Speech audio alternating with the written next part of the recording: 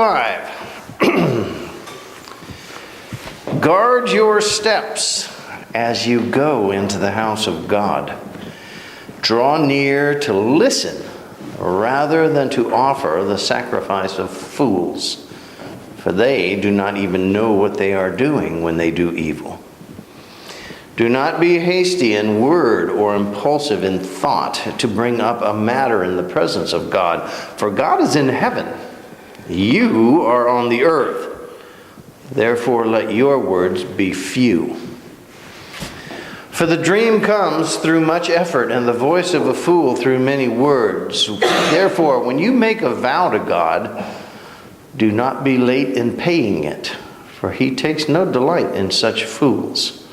Pay what you vow.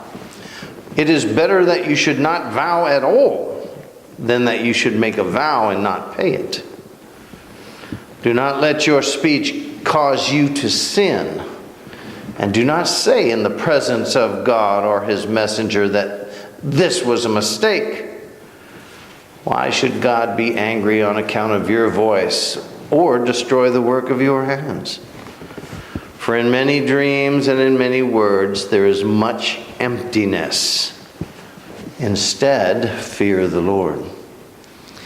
If you see oppression of the poor and denial of justice and righteousness in the province, do not be shocked at this sight.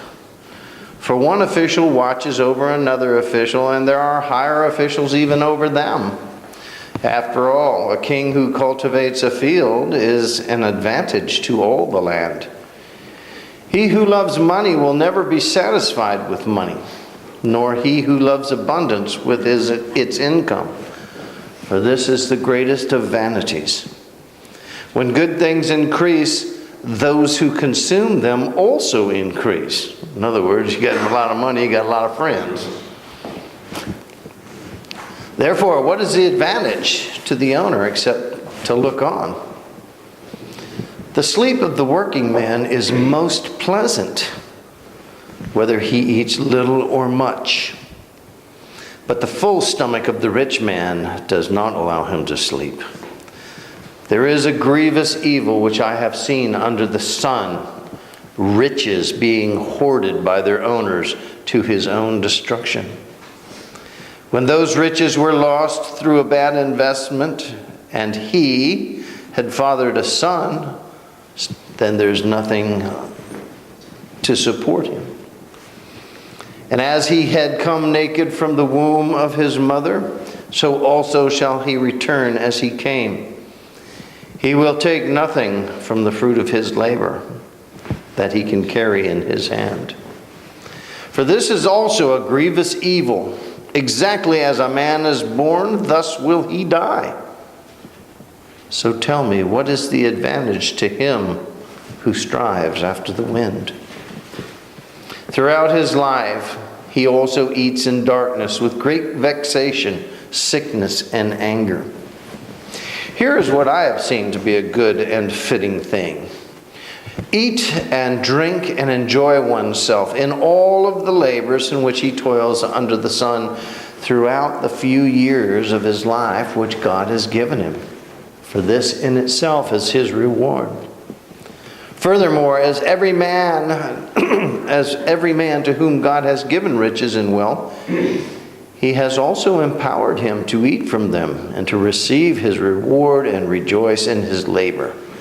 This is a gift of God. For he will not often consider the years of his life, because God keeps him occupied in the gladness of his heart. Ooh, pretty interesting.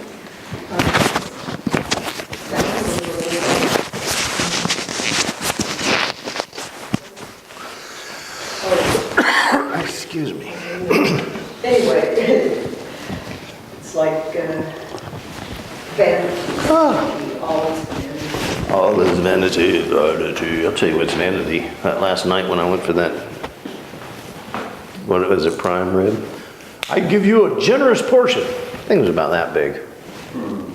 Wow, good thing I didn't ask for the child's plate. Where did you go? Where did you go? Where did you go? That's a song, rock, I don't go there. Talking Heads. John Jackson's son got married last night, his oldest boy. Oh, okay. Little John David. No, he's not little anymore. Oh, my goodness. He's not little anymore. He's a Oh, my goodness. big old monkey.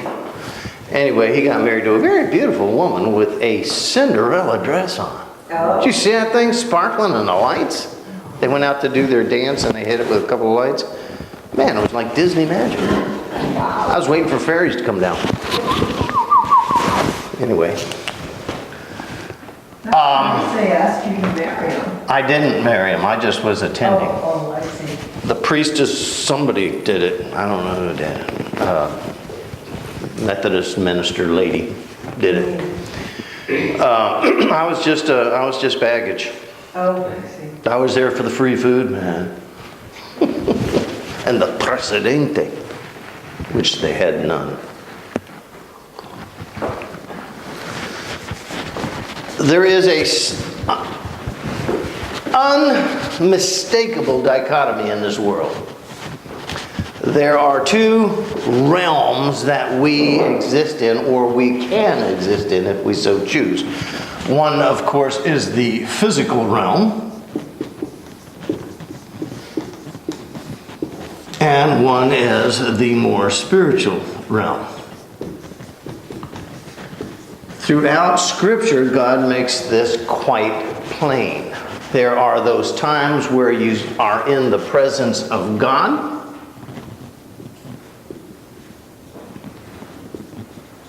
And there are those times where you are in the presence of self. By self, I mean you're focused on and enjoying or consuming or hoarding or whatever all the things of this physical world. Now, this is very easy to do because you have five senses. CES. And these five senses demand Satisfaction. to be satisfied, basically. Demand satisfaction. They have their wants and their own desires.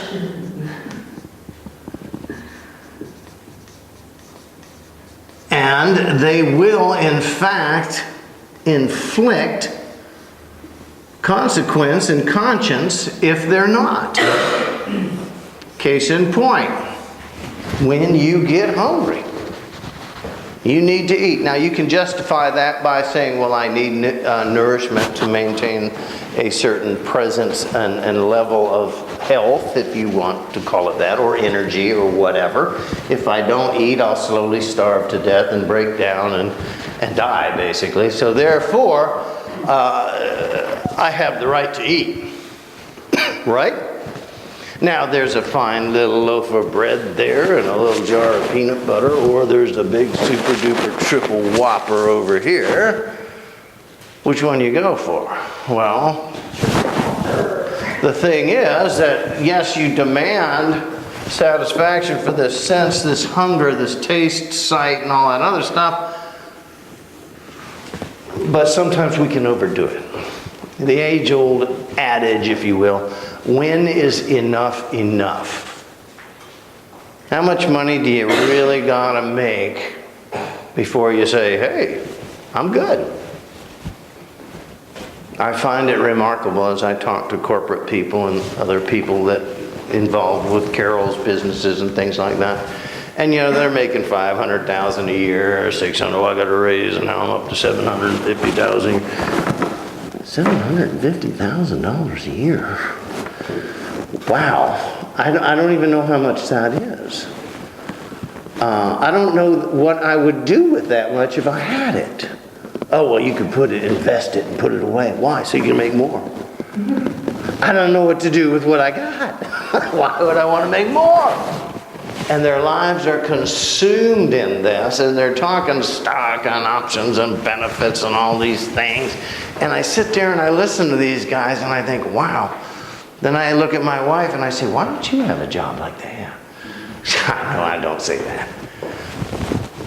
When is enough enough? How many of you have ever been to an all-you-can-eat buffet? And how many of you walked away going, oh, I shouldn't have eaten all that?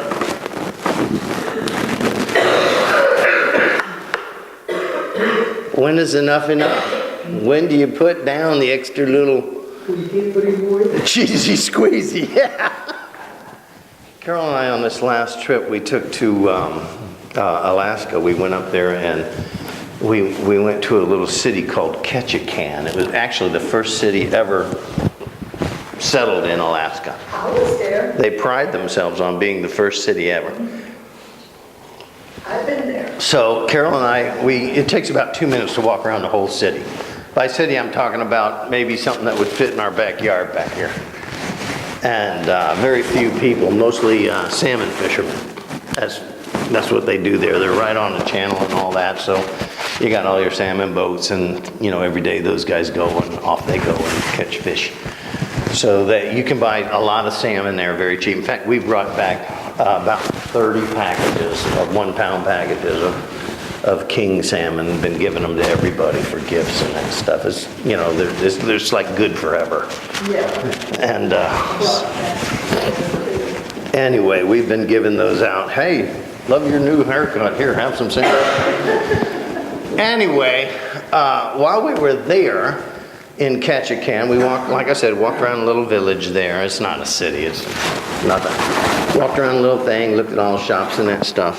Bought 3 tons of salmon, had it shipped home. And then I said, let's do something fun. So we went down to the waterfront and I saw these seaplanes. I said, let's charter one of these seaplanes. Let's go fly and see what, the wilds around here and everything. Waterfalls, mountains, stuff like that. So we talked to the guy. He said, sure, no problem. So for like $90 he charged us. We got in this little thing on pontoons, floating out there in the middle of the water, and he tours out. And this thing banging on the way. I said, you better give that thing a little more gas. We're never going to get off. Are we having fun yet? Carol's in the back, she's going, her head's going every which way. Then finally, that thing was just struggling to get off the water. And finally got up in the air, and we flew for about an hour. And it was the most delightful flight, because, it's just you and a pilot and 2 guys shoved in this little thing, and we're flying everywhere. He's showing us waterfalls and ancient rivers and mystic stuff. Then he goes, let's go to the mountains. Flew us over the mountains, and snow all year round, never melts, and down the other side of the mountains. And he says, listen, there's a high lake up here with a little lodge, and they do the best luncheon ever. It's like all you can eat. And I said, really? And he says, yeah. So he lands in this lake and taxis up to this little lodge. And we get out on the docks and we go in there. Well, it is all you can eat. First of all, you walk in and they got glasses about that big, 32 to 40 ounces of amber beer, which they make themselves out of roots and stuff up there in the mountains. They call it Alaskan amber. And that's a gift they love. Chandler, not so much, but they love it. I tasted it. It was what it was. But then, another thing they have up there besides incredible amounts of salmon are Dungeness crabs. Those big old Dungeness crabs. And it is all you can eat Dungeness crabs. And they even challenge you. They put you at a table with another couple, like if you guys were there, they'd put Carol and I and you and Cucaracha across from each other, and you each get a plate, and then the crab ladies come around and the butter boys come around. They keep filling up your butter. And the crab ladies keep pulling out this giant steaming pot, big giant crabs, and sticking them in front of you. And you have 45 minutes to eat as much as you can. And you pile the shells up on your plate, and whoever has the biggest pile Is the winner. And then you don't have to pay for your dinner.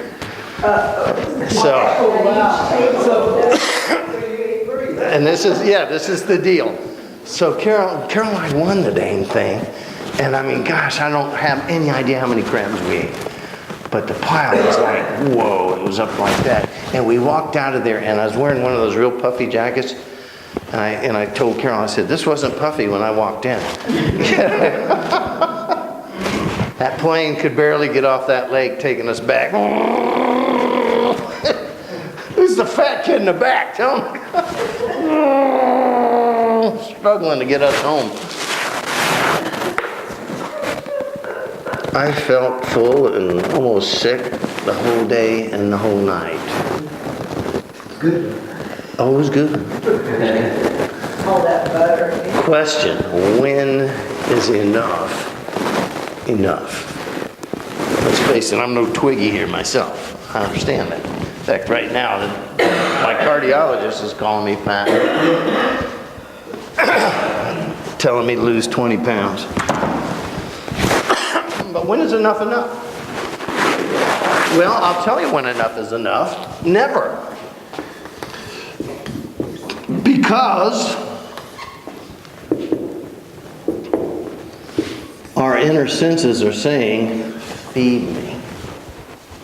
Now, we don't do that in spiritual things, because spiritual things are a little harder to grasp, a little harder to understand than like reaching out for a cheeseburger or an ice cream sundae or whatever it is you have a passion about. And I'm not just talking about food, I'm talking about riches. I'm talking about anything of this physical nature which would demand your attention and allegiance as over and against the spiritual realm. Jesus makes this quite plain in all of his teaching and preaching. There's two parts to your existence. There is that which is spirit and that which is earthly. Creator, creation. He says there's a definitely well-seen, well-obvious, well-evident, marked line between the two. Your purpose in this existence is to decide which one will get your allegiance. Which one will get your allegiance? If you find yourself over here, well, you know what? Eat, drink, and be merry, because tomorrow you're going to die. In fact, entire cultures grew up on this. The Epicureans and the other guys that they ate, drank, and got merry, and had their orgies and all their cultural worship and all that pagan worship stuff, because they knew today you're healthy, today you're breathing, today you've got all this stuff to enjoy, tomorrow you're dead. What are you going to take with you? Nothing. You came out naked, and naked you're going. Well, we put you in a fine suit, but I mean, how long does that last? You look good dead for about a week or two until it starts rotting. Are you going to lose the 20 pounds? We're not talking about that. What am I going to do? So, if you have a worldly perspective, as this king does, he says, well, I've got it all. Now, he thinks about this side over here, but he says to himself, how is this even possible? Don't see the benefits of this.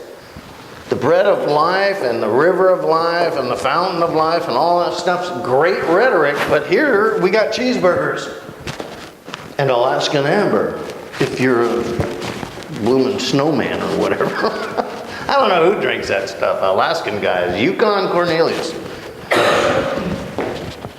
So which one are you going to go for?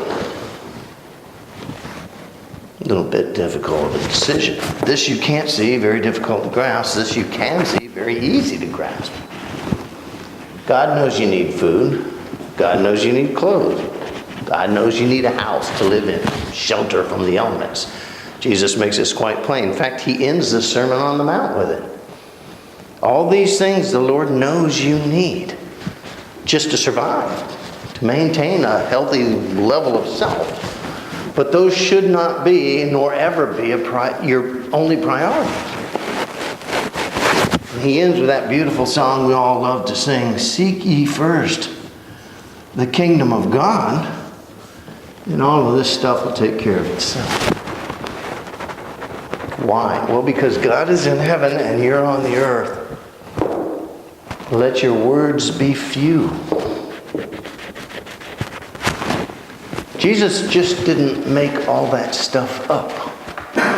The Lord had been teaching it for years and years. In chapter 5 of Ecclesiastes, the king is, running this through his own mind, and he's coming to the same conclusion that there are distinctly two different realms. He finds himself very much over here. And in this, he finds himself very much disappointed. Most of the time. So in order to ease this disappointment, to silence these demands, he says, is it so bad that we eat, drink, and be merry because tomorrow we're going to die? I can't take any of this stuff with me. As a king, I can own everything on the planet, and if I cultivate a field, believe me, it'll be cultivated with all the best. But I can't take it with me. Nothing I do, nothing I accomplish, nothing I possess can I take with me, as far as we understand. And that understanding has not changed to this day. That's why husbands or wives take the rings off their husband before they bury him, because they know the grave digger guy's going to take it off and go pawn that thing. Don't be fooled. They will do that. The minute you leave and they're burying it, they will open it up, take all the jewelry off, take all the gold, and they will go pawn it. Because you know why? It's not going to do that person any good.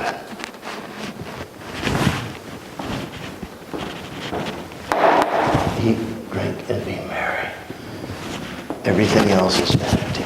To hoard it and to think that somehow this is going to best you or better you in any way, shape, or fashion. Now, it's not saying to be wise. Jesus speaks of that, to be a wise steward. But don't let that define who you are. And if you make a vow to God, if you try and reach to this other side, then make sure you pay that vow, or else you've created a real problem. It would be better. Now, this isn't just here in Ecclesiastes. The whole book of Malachi deals with the same issue. It would be better if you never promised God a thing than to promise Him and then not deliver. Promise Him the best in your flock and then bring the old weak, sick, lame, blind sheep, say, well, I'll never get anything for that, so we'll just offer that to God. Why do you think junk like this ends up in a church? Is it a joke? I'm going to go out on a limb here and say probably. But why do you think junk like this ends up at a church? Our storerooms are stuffed with it. Thank God we have Shirley. Shirley is the I'll get rid of anything lady in this church. And I mean that in the most complimentary way. I love it. In fact, half the stuff I was counting on, she throws out. I go, oh well. Keep me from being a hoarder. Because people think, oh, well, the church can have it. Why don't you want it? Well, because it's junk. I've had it. It's old and rusted now. It doesn't work half the time. I'll give it to God. Yeah, how many of us have done that in our lifetime? Come on, be honest. You brought something down here you didn't want anymore, knowing full well it wasn't really as it was when you bought it. But God will understand. Really. I like it in Malachi when he says, so you promise me your firstling and you bring me the sick, lame, blind sheep that's diseased. And God says to him, I tell you what, why don't you go offer that sheep to your governor? He'll be real pleased with you. He'd cut your head off. Go offer that to Caesar. He's a man who appreciates really junky stuff. And yet somehow we feel that we can just dance into the presence of God and say, here you go, Lord. I'm a great guy, and you should know that because I've made this offer. When you offer something to God, don't be a fool. Last week we talked about coming into the presence of God, did we not? or 2 weeks ago, whenever it was, we talked about, here's the altar of God, and we come in and we make our petitions known, but we never ask for forgiveness for our sins. We never prepare ourselves to even come into the presence of God. We just come in and say, this is what I need. This is what I want. I need healing. I want a new job. I want a new wife. I want a new car. We come in and we're making all these things to God. I need my mother healed or my sister healed. And we make all these petitions before God. And then we go out and nothing happens.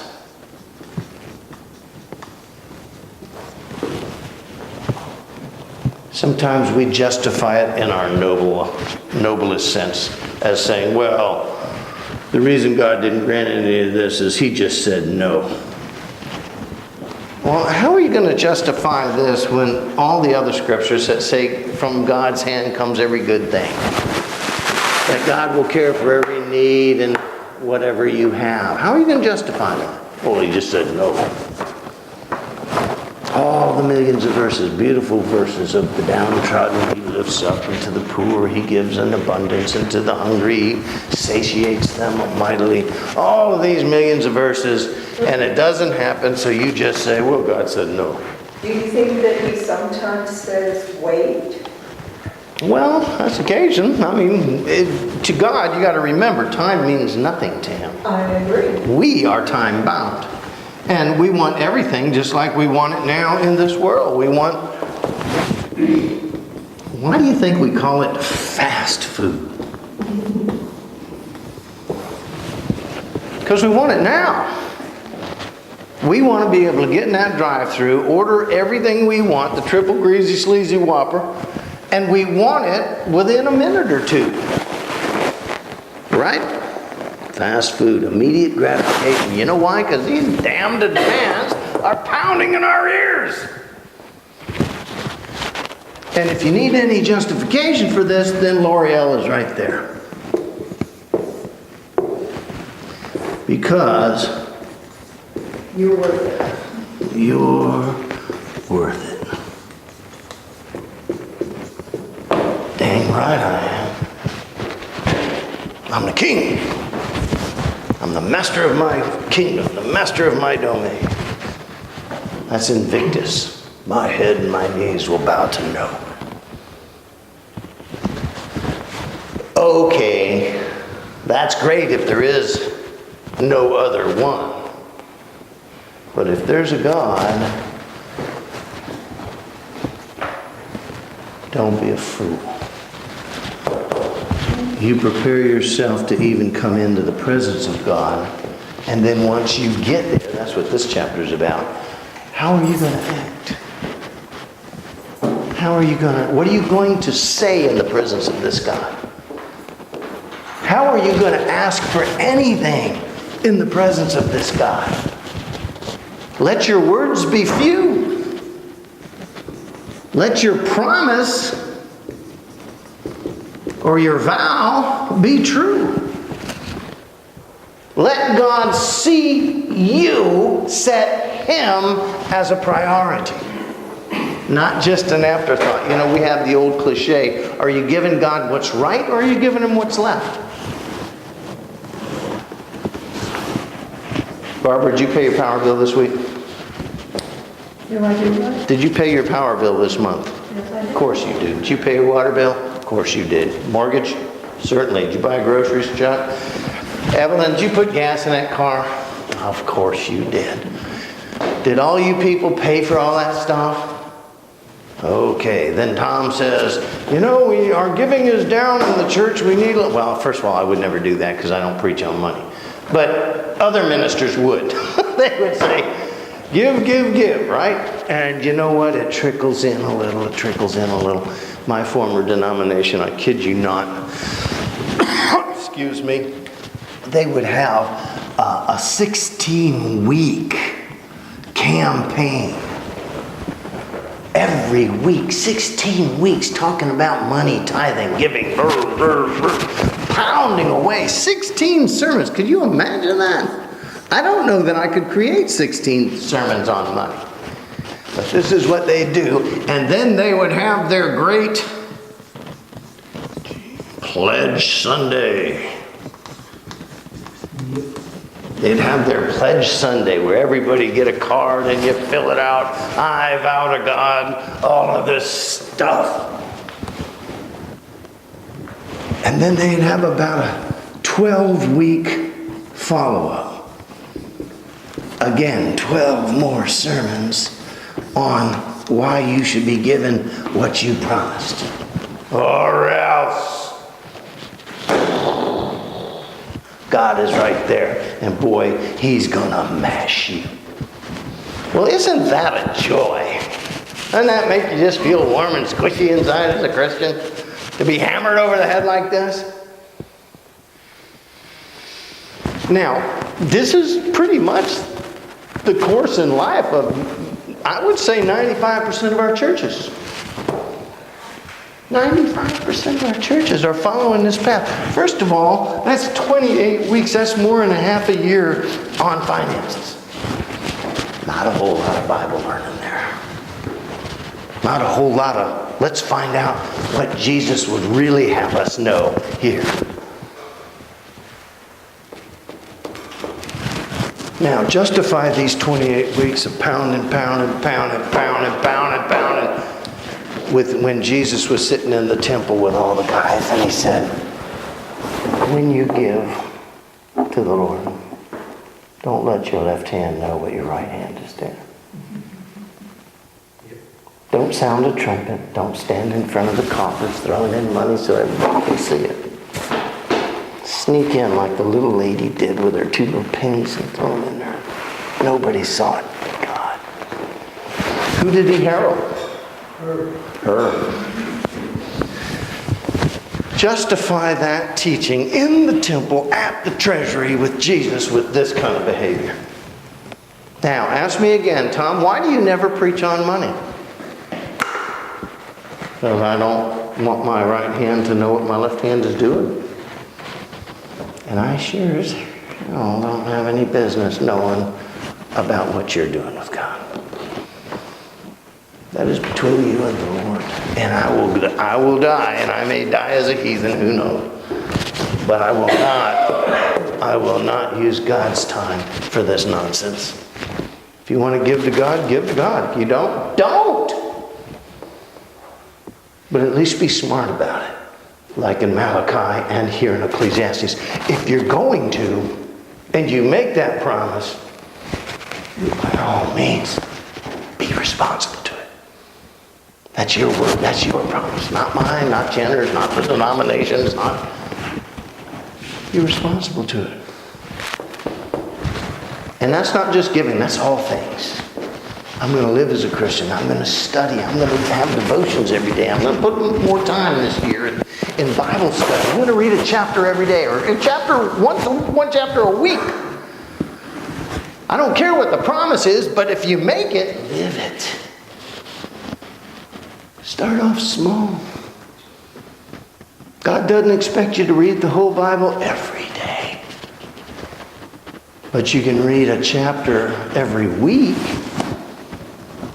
That's only 52 chapters. That won't even get you, in 1 year, that won't get you through Isaiah. It's 66 chapters.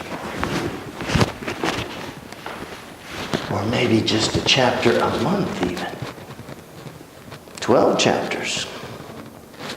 Well, a lot of books in the Bible with 12 chapters, all the minor prophets, you can get through them.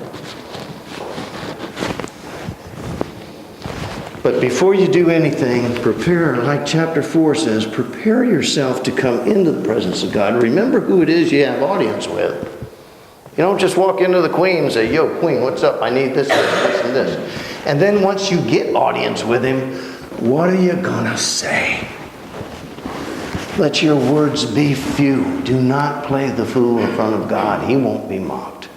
You're not fooling him. You're not fooling anyone but yourself. And even though the Bible says, call no man a fool, this word is used most prominently in accordance and behavior before the Lord. Think about that.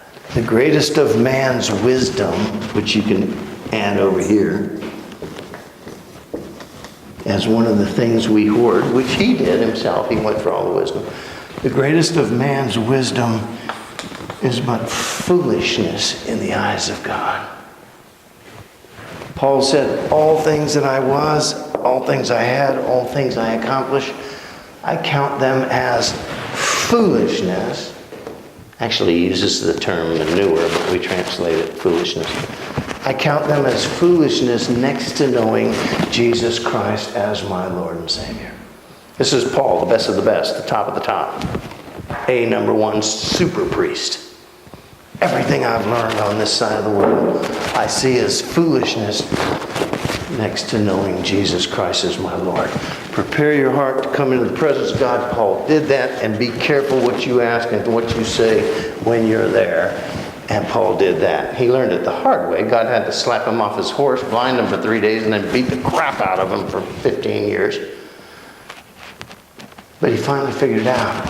And he says in his last letters, even though I'm being poured out now as a drink offering, let my mouth be closed and let God's heart be open. And whether by my life or by my death, let God be glorified, not me. Wow. That's coming from the best of the best, the highest of the highest, the most privileged of the privileged. I heard a quack. Did you hear that? It's alive. Wait a minute. Okay, this is chapter 5, folks. There's dynamics to a relationship with the Lord. There's dynamics of the first 3 chapters of this book is realizing what's important. Realizing that over here you're in a downward spiral, an unending demand, which you'll never satiate. You'll never. When is enough enough? The answer to that is never. But before you come jogging over to the spiritual side to see your good buddy Jesus, maybe we need to understand who it is we're coming before and to accord ourselves with the proper protocol, proper behavior. And then when we are given audience, we need to be careful how we speak. You ever see that movie, The 300? Spartan? It's on television all the time. The 300, you ever seen it? No, my favorite. Man, you guys really got to watch more television. Stop being productive. The emissaries of Darius, King Darius is the Syrian king who's just killing everybody, wasting all the Greeks and all that. Well, he fights his way down to Sparta. He's coming up on Sparta. And of course, Leonidas is the king of Sparta. And they send emissaries to him. And they have a bag of skulls of all the other kings with their crowns still on their skulls, saying this is what happens to any king that would, stand against us. And they throw them at the feet of Leonidas. And there's like 7 of his emissaries there. And he says, choose your words wisely, because they may be the last words you say. Leonidas says this to the emissaries. And of course they're cocky and everything, saying, we do whatever we want. And they say, earth and water. We will take your earth and we will take your seas as tribute to the god, King Darius. And of course, Leonidas walks along and his wife gives the guy some trouble. And, of course, the mercenary responds saying, who is this woman that she should speak in the presence of men? She speaks back up, says, only Spartan women give birth to real men. So it's not going well, the conversation. And they come to this great crevasse in the earth, and it goes down for 1 million. And then Leonidas and the mercenary demands, what say you? And Leonidas turns and said, I warned you to speak carefully.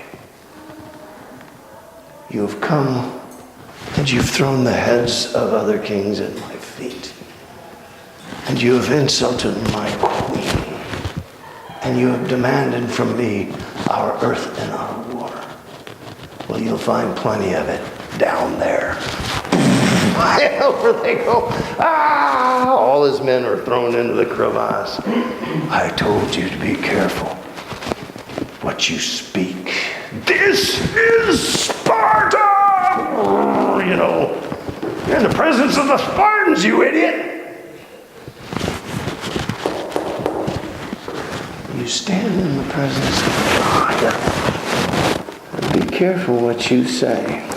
What you... Watch that movie you can paraphrase it. 300. Watch the 300. This is Sparta! He boots them in. You have no right to come before us and speak as you have spoken. Well, what makes us think we can just jingle all the way right up into the presence of God and say, Yo, God, buddy Jesus, I'm here. And this is what I need. This is what I want. And then we wonder why things don't happen. You know, when we start our prayer every Sunday, Our Father, who art where? In heaven. Hallowed is thy name. Hallowed means glorified. Glorified is thy name. But do we mean it? No, we just skip through that so fast and get down to the give us our daily bread, right? And forgive us all the nastiness that we are. Better rethink that prayer Jesus taught us. Before you go into God and ask Him for anything, understand who and where it is you are. Your will be done on earth as it is in heaven. Well, it will if you are in accordance with who and what and where you are. And open and quiet enough to hear His will. Then His will be done here on earth. Think about it. Jesus just didn't come up with this stuff on a whim. His Father had been teaching it for many, many years, since the dawn of humankind. That's chapter 5, Ecclesiastes. Now we're going to get even more involved next week. Coming into His awareness, coming into His presence and making petition. See what happens next. All right?